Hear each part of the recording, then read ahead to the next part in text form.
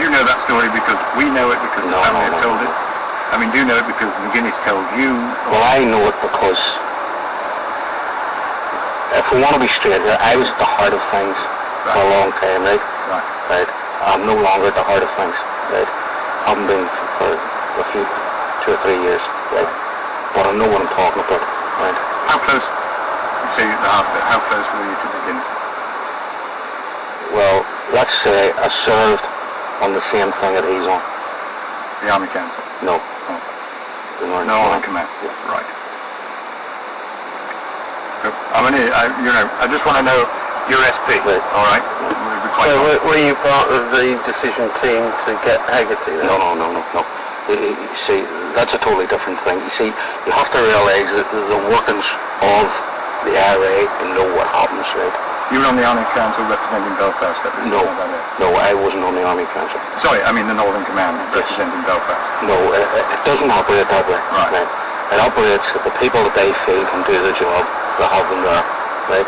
It doesn't matter whether you're from Timbuktu, Belfast or whatever. If they feel that you're capable of doing a certain job, you're there.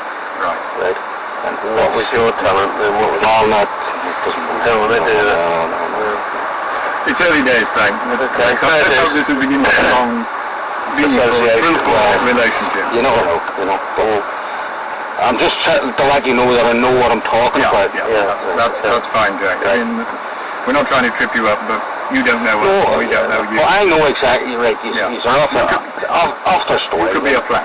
No, you could be a plant. You could be anything. You could be trying to set us up in any shape or form so that McGuinness can turn around and disgrace it. That's why I ask you, for your bona fides. People have, as you can say, as you can see from the program, we wish we'd had an hour because we have a lot of material and a lot of people have talked to us from all sorts of angles. Right. So it's nice to talk to somebody who's alongside. Did you meet him on a Tuesday with? No. See, when you came here. I would have if I had a reason to meet him, I would have met him. Right. If I had no reason to meet him, I wouldn't. How did you contact McGuinness? I mean, what is the way he stops the security forces listening to his phone? Does he have a way of...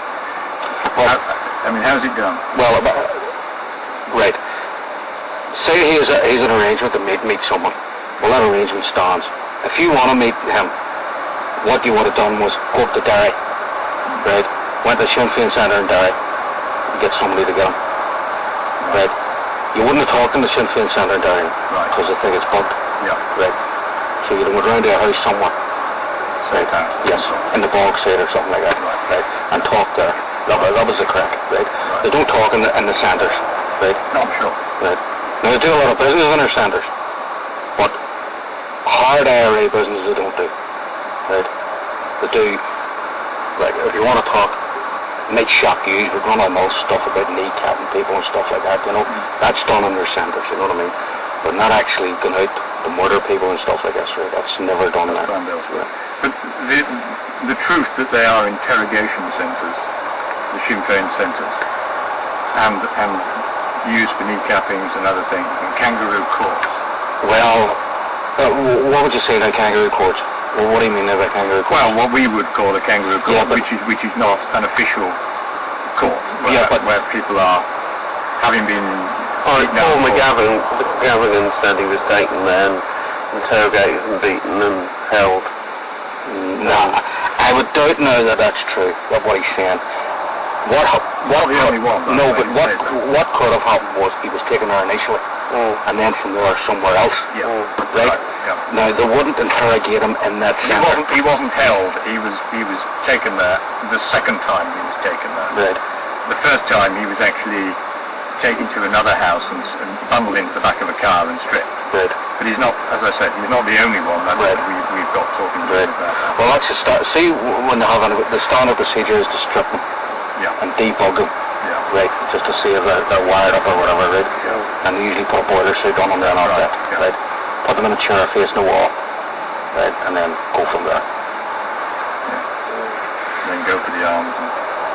Well, now, see where people saying now that they use a lot of violence? They don't really. Physical violence they don't use now. They use mental violence, obviously, It's become psychological. Exactly. It's a psychological thing, you see. They get you into a room, they blindfold you, right? Strip you, they have you sitting there, right? Maybe the room's cold, they make you all sorts of promises, right? And everybody being what they are, everybody's a breaking point, you know? And they think they're going to go home, but they don't. What is McGuinness up to at the moment now? You know? Well, he's still the Northern Commando, see? Right. But there was this is what I was trying to explain. There was a decision taken 4 years ago that McGuinness was going to step back from things on the military side and take a more political role. Why was that? Well, what was happening was Sinn Féin wasn't... See the popularity it had, say, if you want to put it in the early 80s, right? It started to wane, right? And they were realising this. McGuinness, he's fairly popular in Derry, right? Because he won the election up there and all that crap, right? So what they decided was that he should have a bigger role within Sinn Féin alongside Adams, right? Try and get the Sinn Féin going, G up into it, right? So this is what they were grooming your man Sean Murray to take over as OC of the Northern Command. Right. And what you basically see now is that Murray has more or less taken the reins of Northern Command. Right. And McGuinness has more or less stepped up.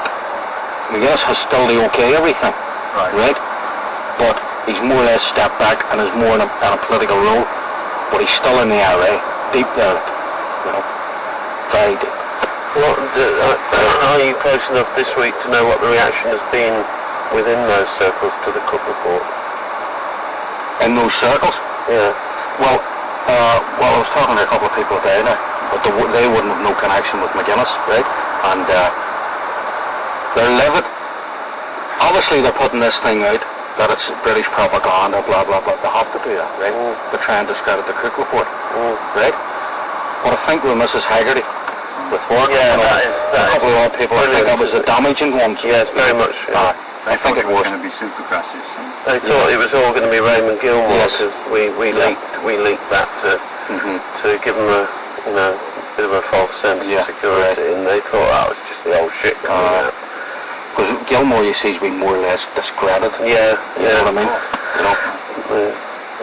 And Gilmore at his time, of course, was dealing with Duxie Doherty and not directly.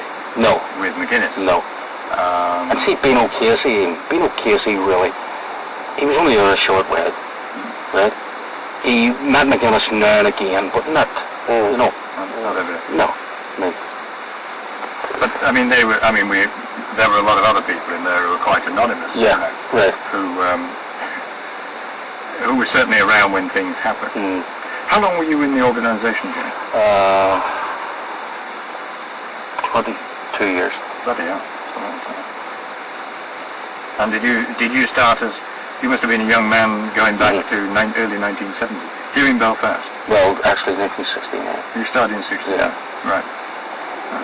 You were around on the 12th and 13th of August? Yeah. So was I. Oh, yeah? Yeah. Oh, we all did daft things up the family. Yeah. The Crumlin, the Falls and the Bloody Shankill in those days. Yes. Happy day. So you'd be quite a young man then? Me? No, not. I said In those days, yes. What were you, about 23, 24? Yeah. You're getting rid of me bit by bit. You could call it our very poor interrogation technique. Yeah, right. So you obviously rose up through the ranks. Yes. So were you side by side with McGuinness? No. He's the type of person you don't get side by side with. Right. He's a very cold person. He doesn't have friends within the IRA. He has what he calls comrades, but he doesn't have friends as such. Right. He frowns on womanizing. He frowns on drinking people and stuff like that. Right?